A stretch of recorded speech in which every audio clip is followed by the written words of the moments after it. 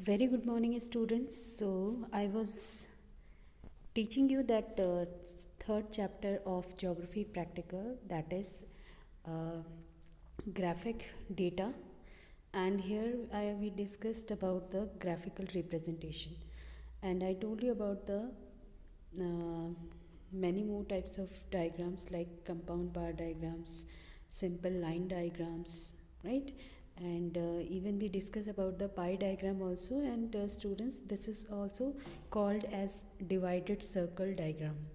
And here we have to calculate, you can see on this data, this data has given in the um, table number 3.7, and it has mentioned percentage of Indian export.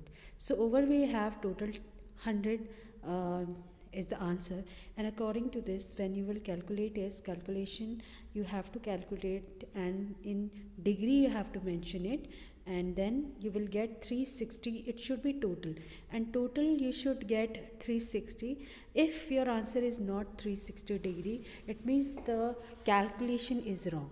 Okay, so when you will draw a pie chart, so according to the 360 degree you have to make it. There are some precautions, students. Suppose when you draw pie chart, that time the circle should neither too big to fit in the space or not too small to be eligible, because here if you are not making it in a proper way, so it will be not visible, right? And then second precaution is starting with the bigger angle will lead to accumulation of error, leading to the plot of the smaller angle difficult. So here you can see through the this chart, and it is about the direction of Indian export 2010 and 11. So here, because you have to show some angles here, angles should be correct, okay, according to the percentage, according to the data. Next is flow maps and flow charts. So this here, this is a combination of graph and map, and it is drawn to show the flow of commodities or people between the place of origin and destination. And this flow map and chart also called dynamic map, right? So here, when we construct these type of maps and flow charts, that time we discuss about this, only you have to understand which type of diagrams we are drawing in this type of map or drawing. So you can see this is the map of Delhi, and second one is the traffic railway flow map of Delhi. You can see here how it has shown on the paper. Construct a water flow map of Ganga basin as shown in this figure. So here you can see this is also we can include in flow map, right? How to construct it. Next is thematic maps. So students, graphs and diagrams serve as a useful purpose in providing a comparison between internal variations within the data of different characteristics represented. So here students, thematic maps, it requirements for making a thematic map. First is state district level data about the selected theme. When we select any theme, we should have data.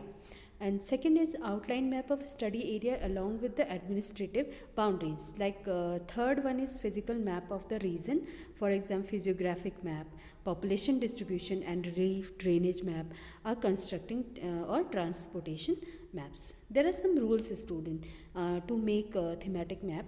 One is we have to mention name of the area. Second is title should be very important. Title should be mentioned, and it should be matter. Like if we are showing physiographic map, so it should be done in a clear way. Third is sources of the data and year. Source of data and year should be mentioned. And fourth is indication of symbol, sign, color, shaded, how we are representing the map. Third and fifth one is a scale, which is very important. We have to take a scale, because you cannot take thousands kilometer, you cannot show it together. And second one is the selection of suitable methods to be used for thematic map. So there are some classification of thematic maps based on the method of construction. So suppose dot maps, second is choropleth map and isopleth map. So dot maps, what is dot maps? Okay, what are the dot maps? So these type of, on this type of maps we are showing it through the dots. Okay, and through the map according to the population. Suppose we are showing population, so that time we have to use dots, right? So we have to take some precautions also. And this is the data which we did present on the map. So you can see this is the population 2001, and here through the dot map we have represented it. And then is choropleth map. What is choropleth map, students? Requirement for drawing choropleth map. Choropleth maps are also drawn to the depict the data characteristics as they are related to the administrative units. Like if we are showing density of population, we are showing literacy, growth rate, sex ratio, right? So there's some requirement, a map of the area depicting different administrative units, right? Some of the important points are there. How to construct this map? The same thing, some of the rules you have to follow, which we have already discussed. So this is the image literacy rate 2001. So here you can see according to the literacy rate, you can see on this index about 83 you can see, which has mentioned through the dark color, and this you can see this is choropleth map. Now next is isopleth map. So students, isopleth map, especially have you heard about the isotherms, which we have discussed in the previous class in 11th class in practical portion. Suppose this is the area where you can see the temperature is 20 degrees Celsius, and according to this here you can see here in the same in the another place is also have 20 degrees Celsius temperature. So we have to join this, and this line which is called isotherms. Okay, so this line will be called isotherm. So as for this word isopleth maps also, here we mostly see the same type of temperatures. Suppose in the first section you can see you can see the different types of degrees. You can see somewhere you can see 29, somewhere you can see 35. Here in the second one you can see 77 and 77, they have joined it, and then here you can see say 68. So according to this third image you can see here 60 degree, then here in this place also here the 60 degree, here also 60 degree. According to this they have matched it, it is matched. So it is this type of maps are called isopleth maps. These lines are called isotherms, but these type of maps are called isopleth map.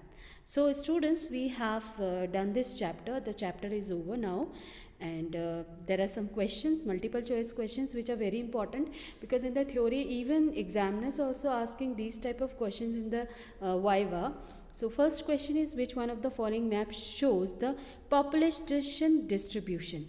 First is choropleth, isopleth, square root map, dot map. So most of the time in choropleth or dot maps we are using this type of